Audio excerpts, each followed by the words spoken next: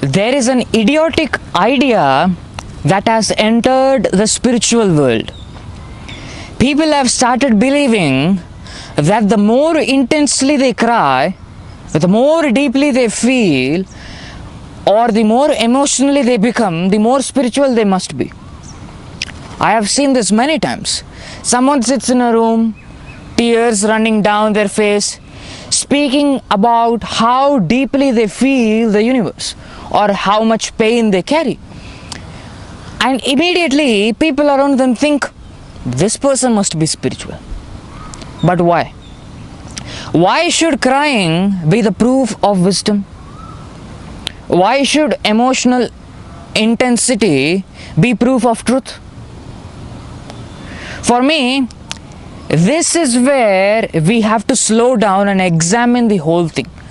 Crying is not spirituality. Emotion is not spirituality. Intensity is not wisdom. And suffering by itself is certainly not wisdom. A person can cry because they are grieving. That has got nothing to do with spirituality. They can cry because they are afraid. The tears are real, but the story behind the tears may still be completely confused. That distinction matters. Suppose somebody loses a relationship and spends 6 months crying every night. Their suffering is genuine. I would never mock that suffering. I would never say, you're not the body and mind, so stop crying. I too have cried. I too have cried over my past lover millions of times. I could make a pond out of the tears that I shed for her. But imagine that every night they repeat the same thought.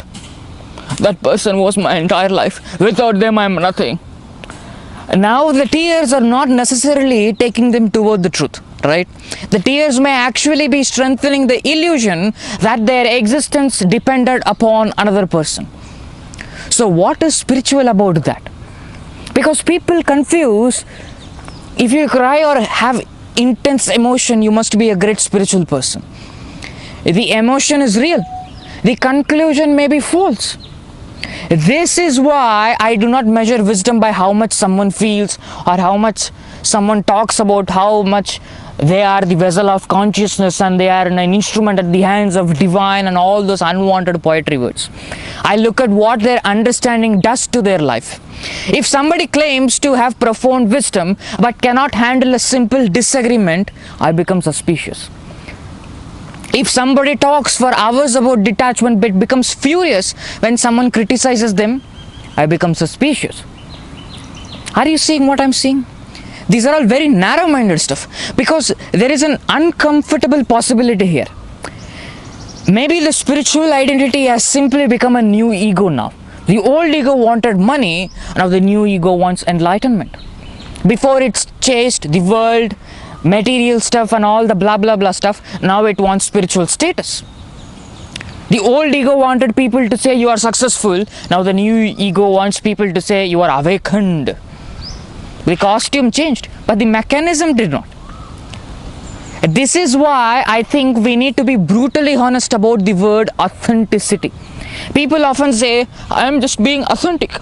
I am expressing what I feel. Fine. But should I obey everything I feel? If I feel jealous, should I become jealous?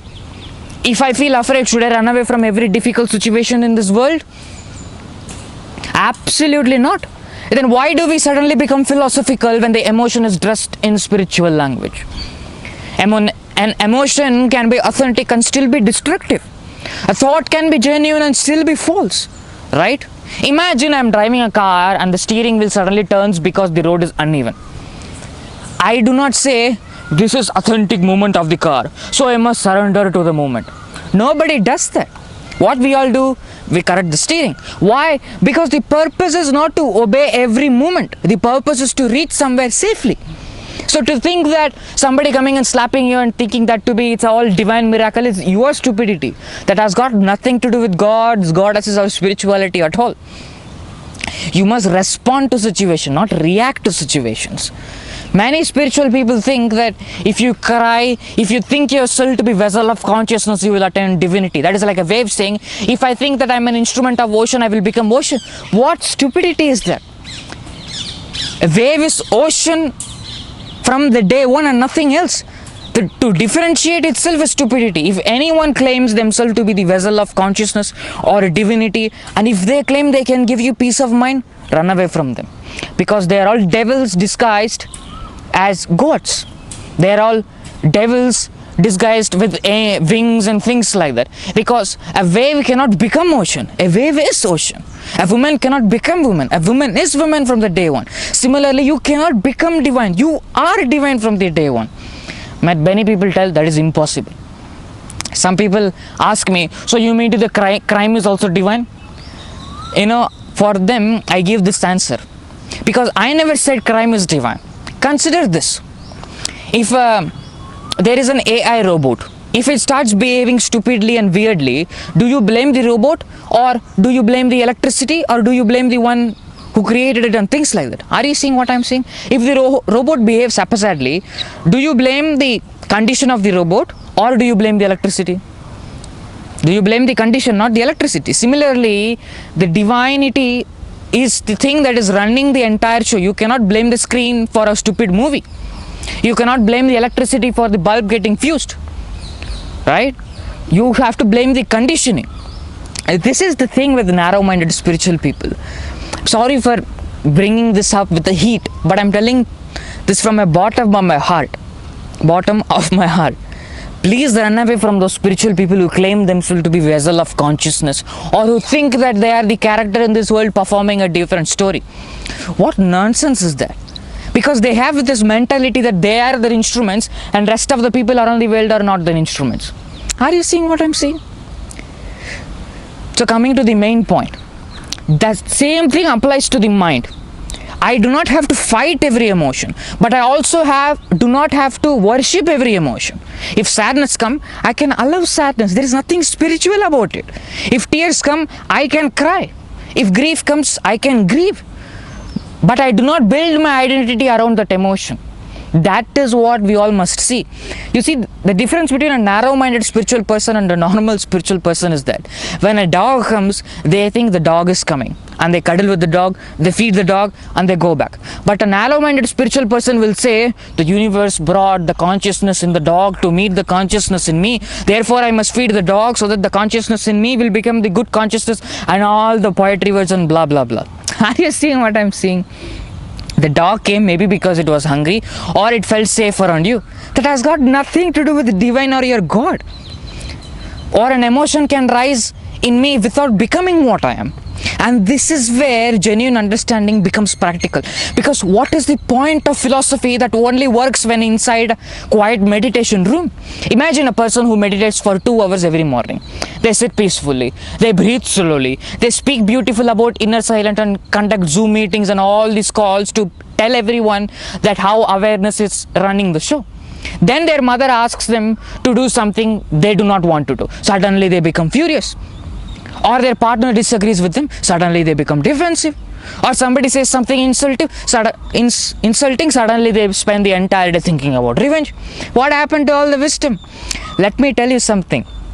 If your spirituality is not letting you live in this world, it is not spirituality at all. If your wisdom is not letting you live in the world, go through the world's ups and downs, it is not wisdom at all. Anyone can run away from this world and live a covered life, or a covered life. Sorry for my English.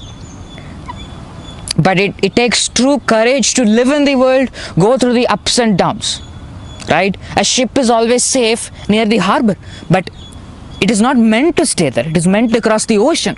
Your wisdom is meant to help you live in the world, not run away to some ashram, live in somebody else's feet and eat food in someone else's money. Please keep that in your mind. Turn your mind within and see the truth for yourself. Enough is enough. How long are you people going to listen to me, talk to me, or spend time with people like us? We are all just maps pointing out the treasure. We are all not treasure. And anyone who tells you, I am a treasure, come to me, don't go to that fellow. He's fooling you from the day one. He has fooled you in daylight. Oh God, I better stop here. Ultimately, I will conclude my speech by saying that Follow the message, not the messenger. If you want to get fooled, follow the messenger. If you want to find the truth, follow the message. You see, I am doing all this social media just to make a living. You are the self-aware reality, which is the substratum of all, whether you like it or not, or believe it or not. Thank you.